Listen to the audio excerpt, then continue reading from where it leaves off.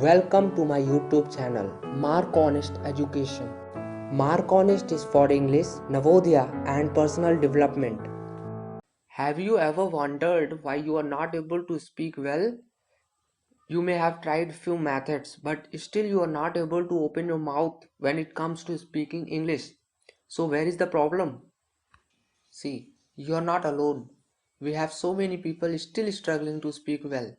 And you may have tried writing, learning grammar rules, but still you see no good results.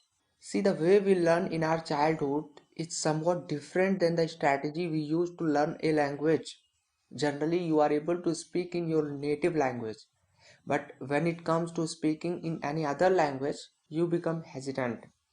People learning English choose to read, write, and learn the grammatical rules, and that's where they get stuck. Because learning a language doesn't require you to learn rules, it must be natural and automatic. So, my friends, choose to listen to the language as a child learns. Do it the same way. We are fortunate enough to have access to cell phones and internet at hand. Use them to listen to podcasts, videos in English. Choose whatever you like to listen to. And as you will do it, you will realize that gradually you are shifted to that language and then the words come out naturally.